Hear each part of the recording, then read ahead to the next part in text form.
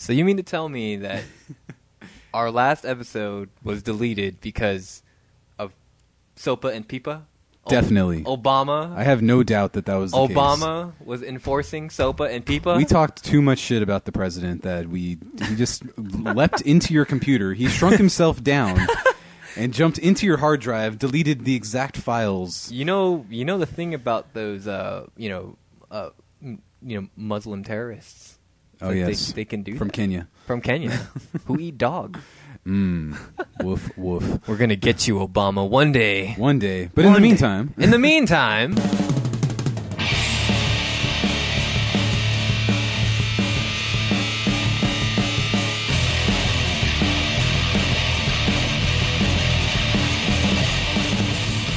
Oh, look! The title. It got bigger. Here it comes. Here comes the title screen! Hey, guys, how you doing? This is Mike and Adam. Hello. Hey, how you doing, man? I'm doing good. I'm very sad. We did record an entire episode on Sunday. Unfortunately, we did. It was good. It was so good. Oh, you guys missed out so bad. But the terrorists won this time. Yes. But they're not going to win the war. Because... Exactly. Well, since we didn't have an episode for you guys on Monday, we're going to go ahead and record. You may have heard that we were working on a special little list.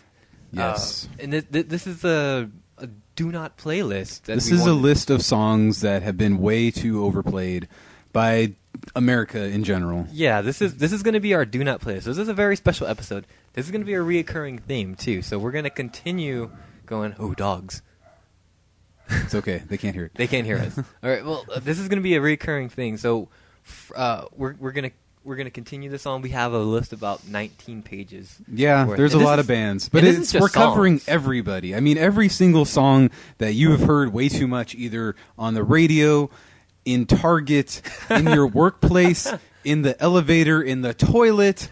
I mean, really, more than words while you're taking a crap. Yes. Do you need it there? We need to be very clear, Adam, because this list is gonna offend a lot of people. It offends a lot of people. Maybe not so much this episode, but eventually we're gonna get controversial here.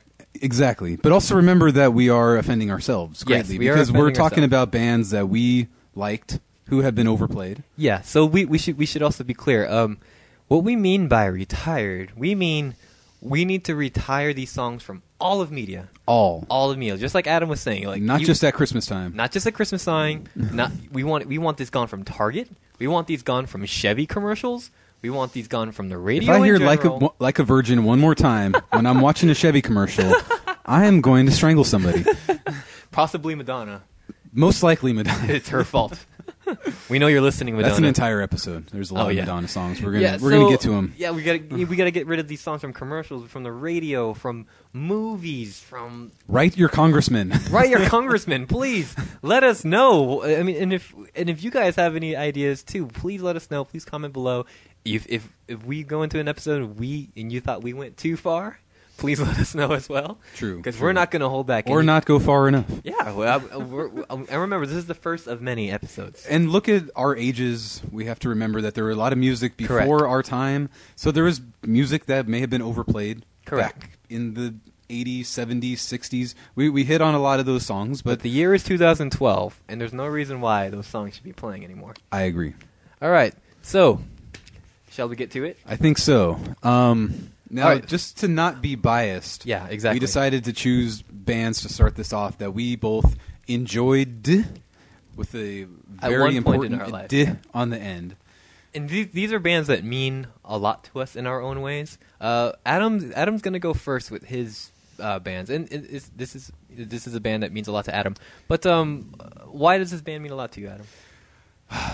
What can I say? The year was somewhere around 2001. I started hearing these songs on the radio, and I said that might be a band I would enjoy getting into. And what band is that? That would be Alice in Chains. Ah. And so we're going to go down very a famous list. grunge band. Very famous. They had their heyday. The 2 out of 4 of them are dead now. Oh, I shouldn't be laughing at that. Well, the original bass player is dead. The current bass player is still living and doing well. I hope so.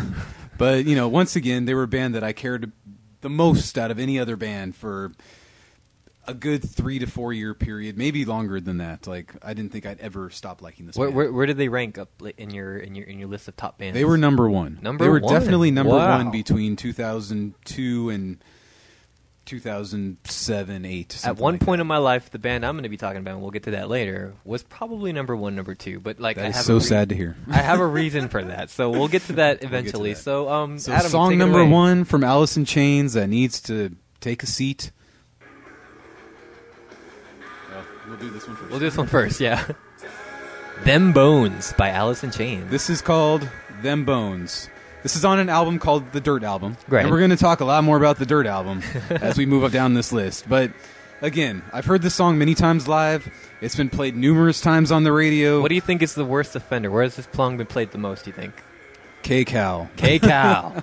And we're going to hear... And if you live in Southern California and you like rock music, you know a lot about K-Cal. We're going to be talking a lot about K-Cal because they kill it. They kill it a lot. They seem to only have, like, 8 songs in their whole list.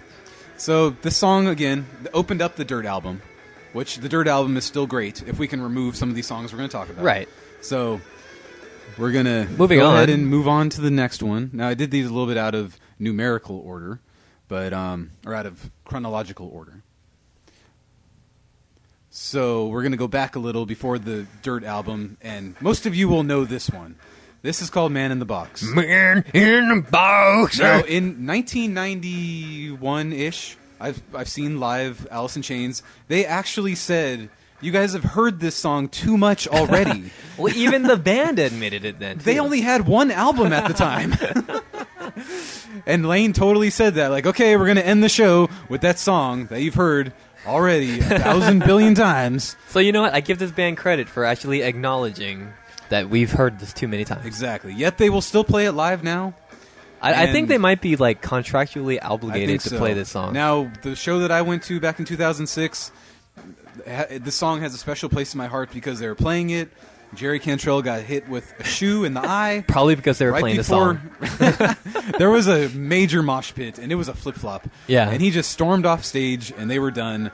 And, they didn't finish. They did not finish the set. And they got a hissy fit and just up and left. So anyway, moving on from Man in the Box, we'll be ready to send that one packing. Yeah. Well, be heard again. Where should we put it? Should we do that now? We'll do that later. We gotta get a handful of them first. I think all of them and put them all. Okay, that's a good idea. Good idea. Rather we'll than song by song. We'll do that later. Yeah. Still working out the kinks. Sorry. Yeah. The next song. All right, those of you also who know Alice in Chains know this song. Then it needs to be retired badly. It was written by... This song is Cock. Rooster, of course, by Alice in Chains. Which is a euphemism for a young man. I would say so. Yeah. And, Jerry Cantrell, the guitar player, he wrote this song. It's kind of about his dad going to Vietnam. And I hate to, talk smack on people who served in Vietnam. So, this song stayed with me for a long time. We did lose. But... This song came and came and came again. And it won't go away. And it won't. But I think we're about at that point where we're ready to let it go.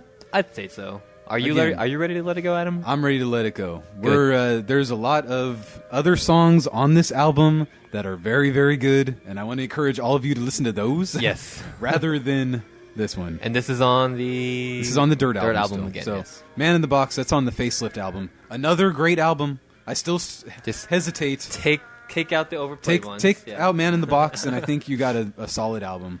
So that was... I still struggle with that one possibly being my favorite song ever. But again, we're trying to be favorite unbiased. album ever. We're trying to be unbiased here, and this isn't the last time we're going to be unbiased. That's true. So this one, Angry Chair... Well, some of you guys might not know this one because it's not played as much as all the other ones. Still played enough. Yeah. You will hear it less often. But in my opinion...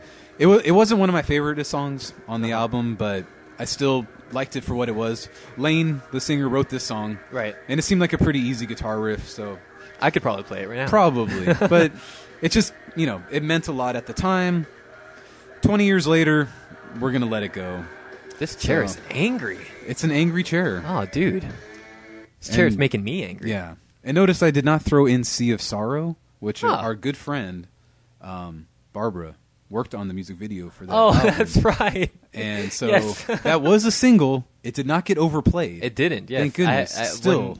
Barbara was telling me the story of when she worked on that music video, and then she showed me the music video.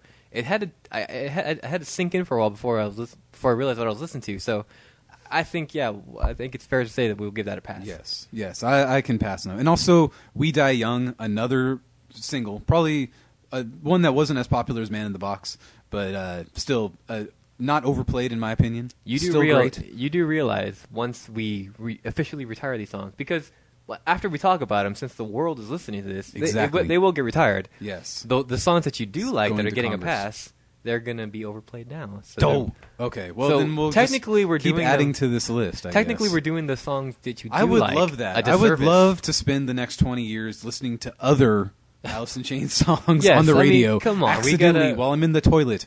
I mean, sitting on the angry toilet. We need to encourage the music industry to continue expanding. Yeah, we got to encourage them to, release new songs, just play new, because the music industry is getting nowhere today. And that's partially the reason why we're doing these episodes. It's kind of the same with our next track from Alice in Chains, which again is on the Dirt album. It was a very huge album for them. Those of you who know them know that bass line. Oh yeah, I can actually play this bass line. Why is the title of this track so pensive?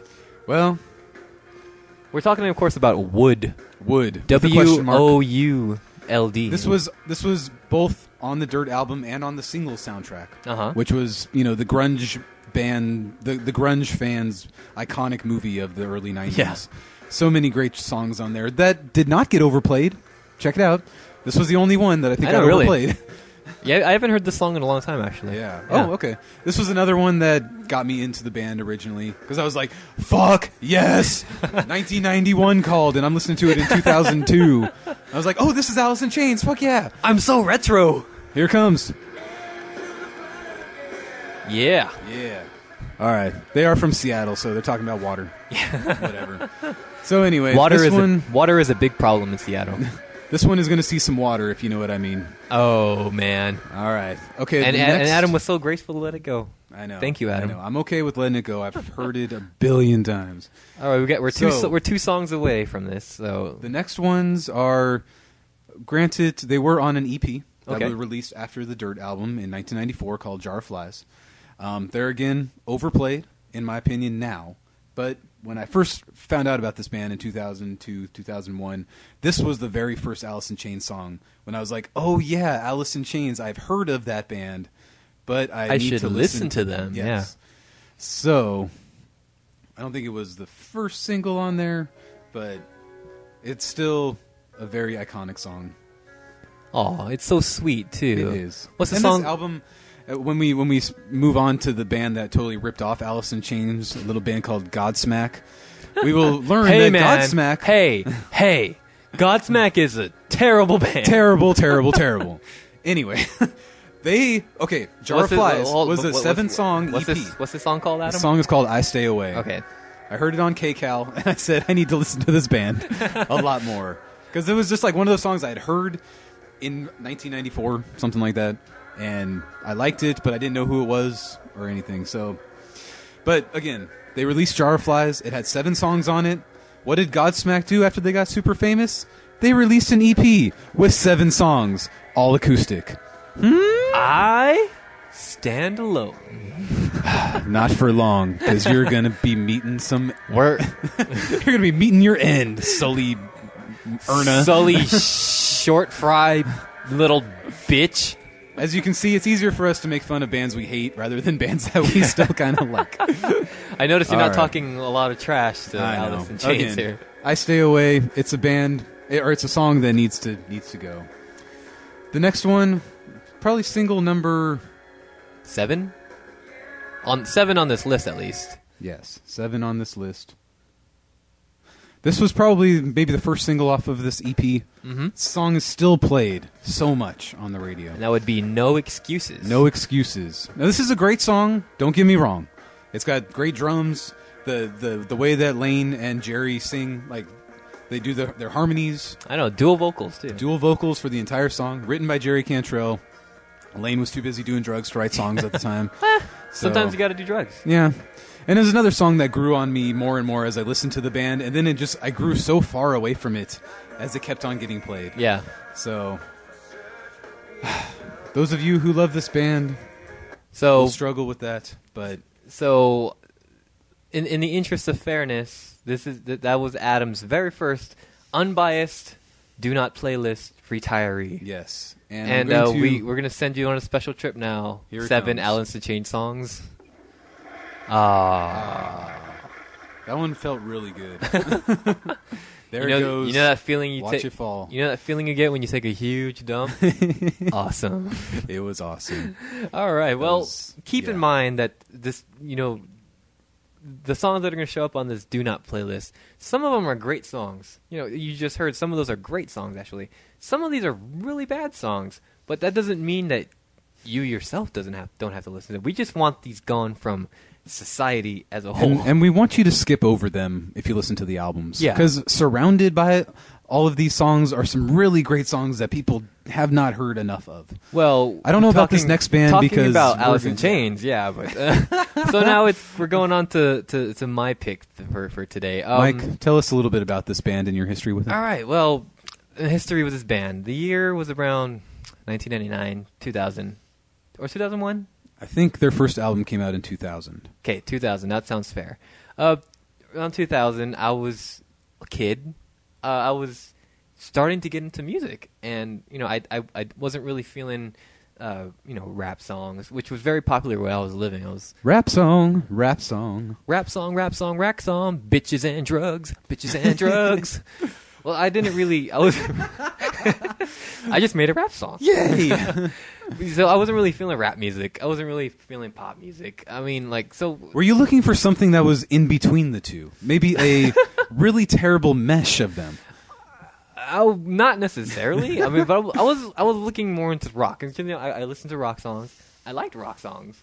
And in 2000, as a kid who didn't have internet, many friends to bounce ideas off, I didn't go to record stores a lot. They were still popular at the time. We were still popular at the time. Yeah, this is before Lars Ulrich got his panties in a bunch. Damn it, Lars. And so Metallica, future episode. Yeah, a whole 3-hour episode on Metallica. So this band was, kind of the only thing out there that, kind of stuck with me, and it had, and I'll admit it had some good harmonies, some good, good beats going on. And I'm talking about Linkin Park. Wow. I had no idea that's where you're going with that. I went there, son. I went there. Oh my god. So I mean, I was I'm gonna admit. Okay? We'll talk about the songs later. Yeah. So I was a big fan of Linkin Park growing up as a kid, and kind of just because that was the only thing there. I mean, we're gonna go ahead and group them with like Sum 41. Like Early Corn. Limp Bizkit also. These are all bands that are making the list. Yeah, I'm mentioning all these bands because they're on their list already. But they're bunched in with all those the rock bands that were there in the mainstream back in 2000, 2001. So Creed as well. I listened to Can You Take Me Higher, Jesus? I'm one step closer. All right, well, let me tell you a little about my history with this band. Okay, yeah, Adam gives me a hard time that I like this band. Yes. I keep trying to tell him that I didn't really have a choice in the matter. Well, unfortunately, so you were roughly 14, high school age, and you just listened to what everybody else listened to. Exactly. I had expanded beyond that because I was a mature 19. Yeah. And I was listening to all my, Doors and Led Zeppelin and working my way up through all the decades. And I hadn't quite reached the 2000s yet. So anything new, in my opinion, at that time was shit. Well, and Linkin Park embodied that. To be fair, new metal is shit. Yes. I never liked I'm talking about new metal and umlaut. Umlaut. Like the umlaut in Motley Crue. Yeah, Motley Crue. And Lowenbrow. Lowenbrow. Sauerkraut. Okay, so I never got into this band. I never liked this band. I would watch their videos and try to figure it out. Would you say my friends like this band though? Okay, would you at least be fair and to say that some of the songs are actually catchy and worth listening to? I would not. Okay. This is going to be a really awkward conversation then. Jeez. Right. Okay. So I mean, seeing as my band of choice today, I've really given them a lot of chances over. I've given them lots of chances too, since after the Meteora album. But we'll get to that. We'll talk about that soon. So the first song, Here She Comes, is no surprise. This is their debut hit single. One step closer to the edge, and I'm about to break. No! Hey, Shut up when I'm talking to you. What? Shut up. What? Shut up. Shut up when you're talking to me? Shut up. Oh my god.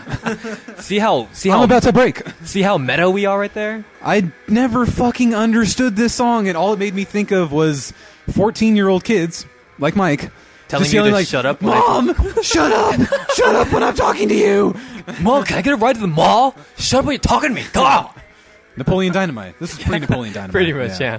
So, I mean, like, this is the first song I heard about them, just as most people who are fans of Linkin Park. It's hooky. I just never got it. And I mean, I think the bridge, I don't even want to leave it long enough to get to the bridge. Go ahead and stop it, yeah. Okay.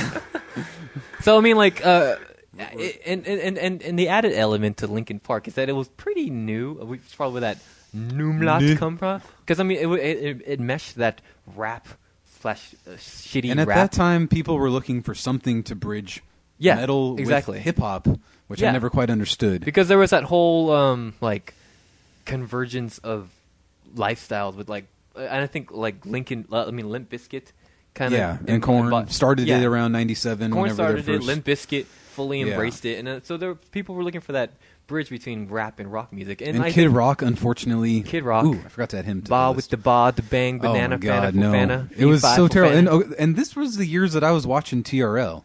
And One Step Closer would end up on there mixed in with Backstreet Boys and NSYNC. If it wasn't for those, the early aughts of MTV and TRL, this band probably wouldn't be where they are today. I don't think so. I blame Carson Daly a lot.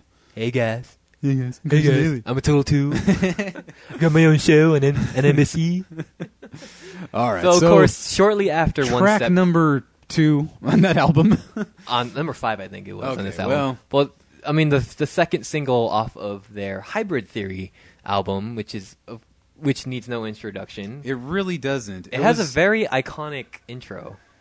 It does. So I'm just going to hold it up to the microphone. I hope you guys can hear it. But those of you who know anything about music have heard this song. Yeah, and this song was... This song is the embodiment every hour on KCAL. This song is the embodiment of the exact reason why we're making this list. It was everywhere. Oh my God. It was on the TV. In 2001, I was listening to nothing related to this, but I didn't have an iPod, so I would listen to the radio more, and this song would show up once an hour. I never freaking understood why people liked it. And this song would show up in movies too. I can't remember exactly what movie. Oh my God! But like, if you were like a hardcore edgy movie back in the day, you had this song somewhere. Was Fast and Furious? Was that at that time? That wouldn't surprise me. What else was from 2000? Pearl Harbor? This was in Pearl Harbor, yeah. I knew it. Ben Hufleck was crawling from the Japs. That's derogatory. Sorry. It was the 40s. What can I say? There's a Japanese man in this band. That's true. That is true. Mr. Han. Mr. Han. Now, unfortunately, it was Mr. Han who had the connections for this band. Yes. I mean, he had the ins with the community, with the fucking entertainment industry. Oh, yeah. And I think he just joined this band for really no reason. Just for monetary purposes, I think. I guess so. All right, so their third single, I think probably the last single off of the Hybrid Theory album, is I think probably one of their most famous songs of all time. Definitely. Again, needs no introduction. After 6 straight months of listening to Crawling, in the end... It was a little refreshing. It was very refreshing. Yeah. I was like, finally, a new Linkin Park song. as much as you detest. Oh, my God. It's still, like... It took a longer time for me to hate this one. Yeah, we're talking, of course, of In the End. But, I mean, this one's more rap-heavy. This was the first one where they did more rap stuff, this was very mellow. Mike Shinoda. Mike Shinoda, another half-Asian. Half-Asian? He's like me. Remember he did some music with, like, the Static X guy? Yes. Somewhere along the way. They had a single. It was like I can't remember what it was. Neither can I. I just remember seeing the video and thinking they were all just kind of lame. Yeah, and they did the same guitar riff over and over again. Yeah, and the drummer from Linkin Park. Yeah, so it was a bunch of Linkin Park, couple Static X guys, Mr. Han, of course. Mr. Han. And Chester was busy, I don't know, being molested. Being molested, yeah. There's this whole thing that I heard about Chester. Like, there's a lot of subtext in these Linkin Park songs that are about Chester And I did Bennington. not know this at all. Yeah, it was the interview was recent. It was like maybe 2009, 2010. This gives, in the end, a whole different fucking... It does, yeah. So, I mean, like, keep that in mind. It's a whole different... I mean, every song, everyone is entitled to interpret songs their own way. But, I mean, like, kind of keep that in mind that he said in an interview that a lot of these songs are just an outlet of him, like, expressing his... molesting past. Yeah. Much like we talked about Census Fail, talking about cutting themselves as a way to not cut themselves, I guess. Except Census Fail does a lot better. I think so. Yeah. They're not ending up on this list because they haven't been overplayed, in my opinion. Exactly. Well, they haven't been overplayed, period. Yeah. And that's a good thing. So that was kind of the end of the hybrid theory phase. So what was the fallout from the hybrid theory? Fallout? I mean, this band got super huge. They went on tour with Metallica. Right away. Metallica, System of a Down, Limp Bizkit, they and became Metallica. Like the biggest rock band like of they the played early the 2000s. fucking Coliseum in 2001-ish. After one album, too. Everybody I know went to that show except me. Yeah. Because I wanted to see Metallica, but I didn't want to see all those other shitty bands. Yeah, okay. I mean, yeah, but like, it became the biggest band like in the early aughts. You couldn't escape from them, ever. Yes. And being in high school like you were was really tough. Yeah, I mean, like, every day. You couldn't get away. You would hear somebody on like, blasting it on the speakers with their CD player. And then they'd skip to Who Let the Dogs Out. Yeah, Who Let the Dogs Out immediately after. Followed by My Heart Will Go On, because I was still playing. Oh, crap. So, I mean, like, it didn't take long for Linkin Park to come up with a new album, because I think it took about a year or so. What is this? What did I write down? 2000? 2000. It was 2003 when Meteora came out. I remember that one because that was very hard to believe, actually. Well, they did a major tour. I mean, they toured crazy. It seemed like Meteora came out like right after, because I can remember my last year. We must have just gotten a steady stream of Linkin Park, which is the same. There was more singles than that. They had at least 4 or 5 singles off that album that didn't get as popular. But yes, they had that Paper Cut song. Yeah, and I don't remember how that one went. Okay, but that one. It watches everything. That sounded great. So I remember vividly 2003. People were just like, "Oh, new Linkin Park!" And it was just a big deal. Yeah, Meteora came out, and the very first single from Meteora is "Somewhere I Belong." And I remember the music video for this was like very Transformers, and if you're a fan was it in the Transformers movie? No, not at all. This is before the Transformers movie, and like back in like 2003, 2004, Japanese anime was very popular and like kind of underground, getting to the mainstream. Thank you, Mr. Han. Yeah, Mr. Han introducing us to Japanese anime. We honor you. So I mean, like, in the music video, there was a lot of Mobile Suit Gundam in there.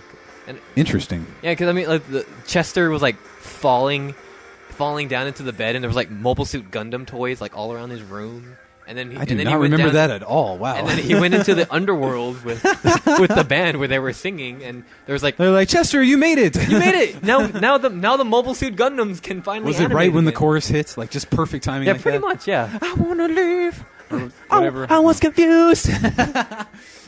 He was so confused. I mean, like, we all have those Uncle Dales that take us to the closet. And oh no! Kind of diddle us, right? No. I don't belong here. I want to be somewhere I belong. I was confused. So I remember like giving this song a major chance because everybody loved it and it was huge and played everywhere. And I was just like, I have a soft spot for the song. I mean, it was personally. I don't think it's as good as the Hybrid Theory songs. And I'm trying to be fair here, but it's a good enough song. But this album had a lot of singles coming for it. Yeah. But this next one was had a very interesting. So much buffering. Make it stop. There we go.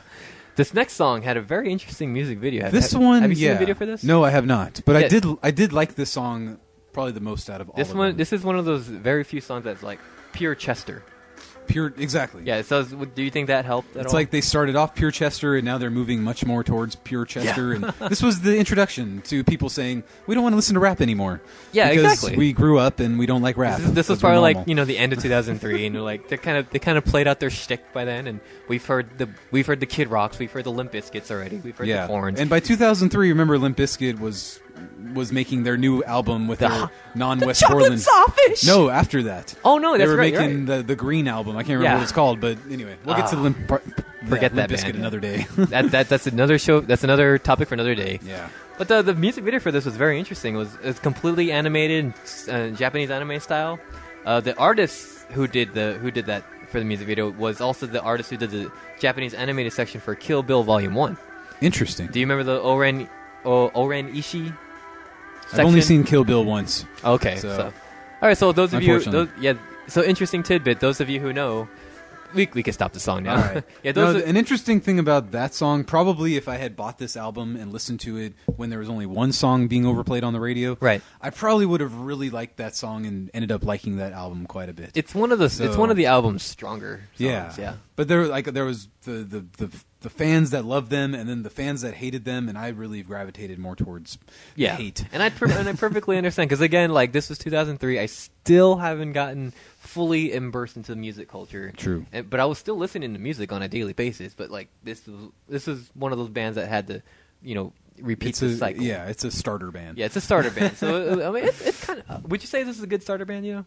I think so. Okay. Kind of like worse, right? Could be worse. Kind of like how Alice in Chains was my starter band. Yeah.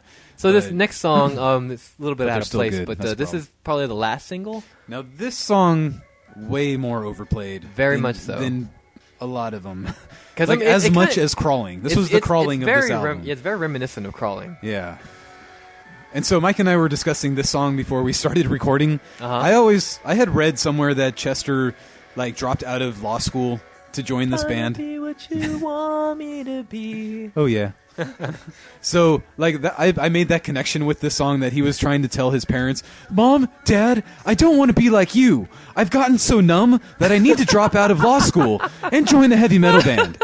I hope you're okay with that, and if you're not, I just can't love you anymore. By the way, I'm gonna make millions of dollars doing it because I'm gonna sign my soul over to Warner Brothers Music, and I'm gonna make some really terrible albums afterwards, but generate a good following.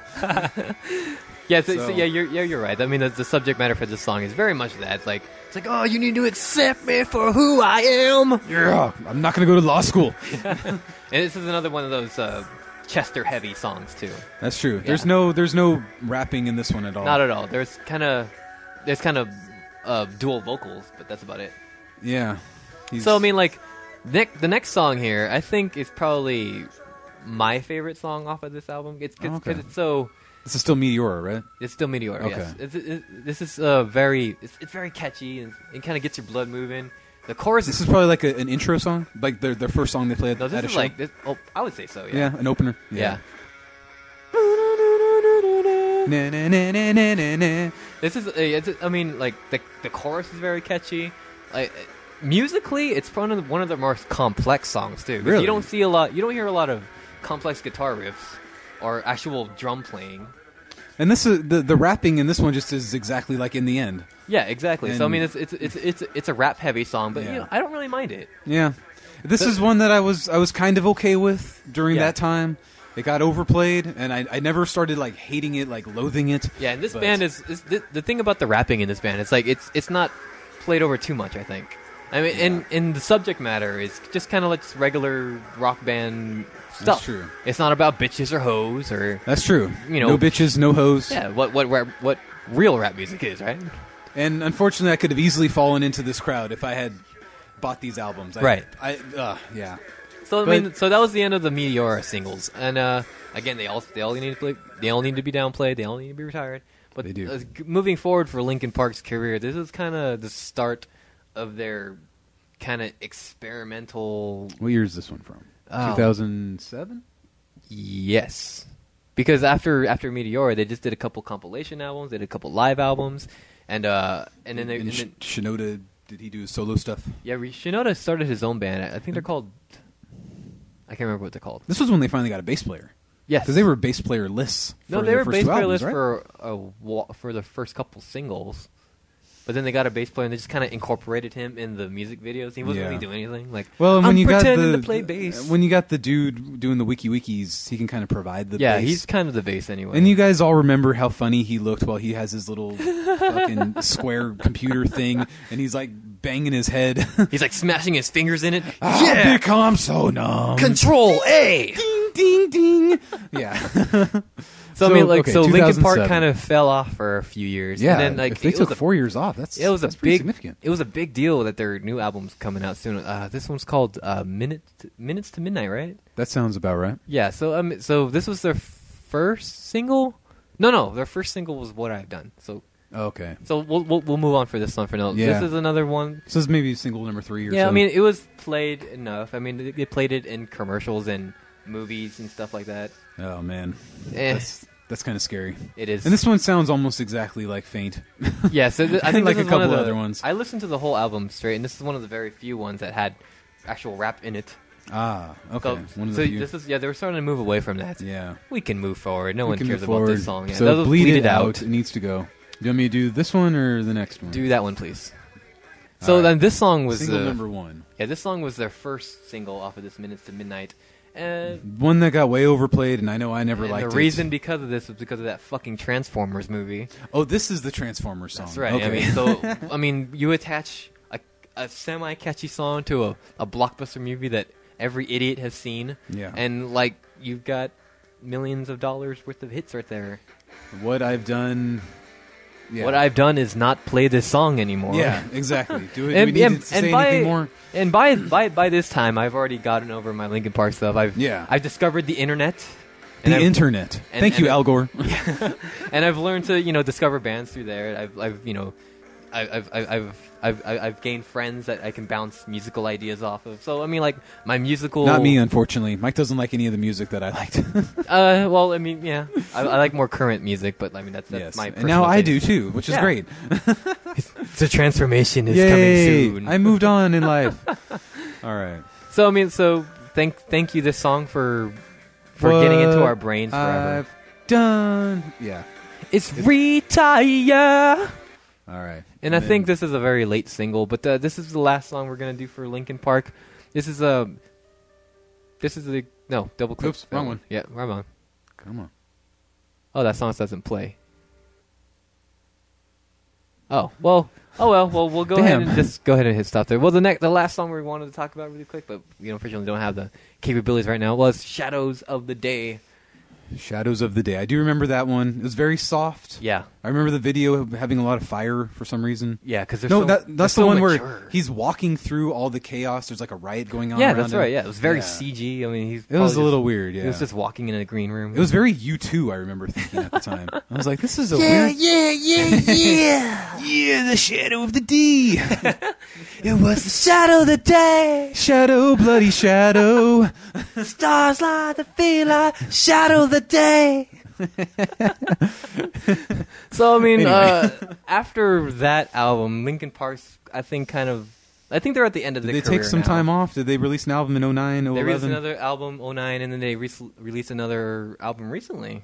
In 11? Yeah, just recently. It was a few months ago. I heard a couple of tracks off of it, and again, I was just like, yeah, no. I mean, like people don't seem to be feeling the Linkin maybe Park. 2003 I would have enjoyed this, but not anymore. Yeah, 2000 to 2003 was definitely their peak. And as we'll learn as we go through all these artists, there's a major like arc that you can see. Yeah, they're like we're not famous at all for our first album or so. Not and then so all much of a for sudden, Linkin Park though. They were they were famous right off the bat.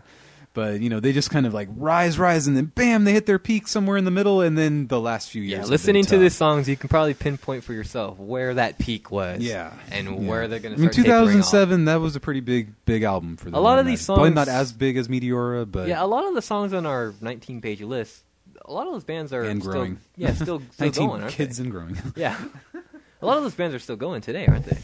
Most of them are, Okay. surprisingly. I mean, but they're making albums that nobody's heard. Yeah, and nobody cares about. Yeah, and what we'll also find out is the older bands released a lot more albums than the newer bands Yeah, did. exactly. When you're looking at somebody like Queen, which we'll spend a good time talking about, they released an album between 1974 and 1981. Yeah. They released an album every single year. Oh yeah, I mean, And- like when you don't have the pressures of the music industry like you do today, I mean, there's more time to just kind of go on a short tour and then go back to writing and recording. Yeah. So And they're all like, 8-minute songs, and Yeah. there's like 8 or 9 of them on an album. Yeah, really. And, that was what they lived. They lived in the studio. That was where all the drugs were, probably, yeah. and it wasn't as fun to be on the road, maybe. Sunlight hurts my skin. Ow! So thank you guys very much for listening to our very special episode today. Tell us what you guys thought. And, tell us Let's if you not guys... forget what we're doing to these Linkin All Park right, songs. to Linkin Park. Sorry, guys, but you're going to have to go down. Down. I think Somewhere, I saw some, somewhere you belong. I think I saw some chunks in that one. Oh man, that's crawling in my skin. Ah, gross. In the end, I think I'm one step closer to somewhere I don't belong. Somewhere I don't belong. Yeah. So thank you guys again for listening. Tell us what you guys thought. Did you guys think? Not too controversial today. These are both songs that we both liked at one bands point in our that life. Introduced us to music, opened our eyes to music. But unfortunately, they've overstayed their welcome. Overstayed their welcome, definitely. Yeah. For. So tell us what you guys thought. I mean, did you guys have any bands that you guys like to add to our list? The list is ever growing. Yeah, I just added on at least 10 more artists just in the last 2 days. Yeah, really. Well, this is going to keep expanding, and eventually we're probably going to go into movies that should stop getting played, or TV shows that should get out of syndication. And books that should stop being read. Yeah, 50 Shades of Grey. Yeah, I don't even understand that one. But thank you guys so much. Adam, any last words today? Thank you for listening. And once again, we apologize that there's no episode 3. Yeah. We're going to definitely record again this weekend, assuming technically that technologically everything. I hope so. I hope this one doesn't yeah, delete. I hope that you're listening to this, because we hate not having episodes out. But please like us on Facebook if you haven't already. Share our show with your friends. Subscribe to us on Facebook. Am I missing anything, Adam? Twitter, we don't have one of those yet. We don't have a Twitter because we're not cool. Very true. Yeah. As you can tell, we are not Make us cooler. Yeah. Well, thank you guys for listening, and sound off. Sound off entered here. We'll see you guys at our very next episode. We'll talk to you guys later.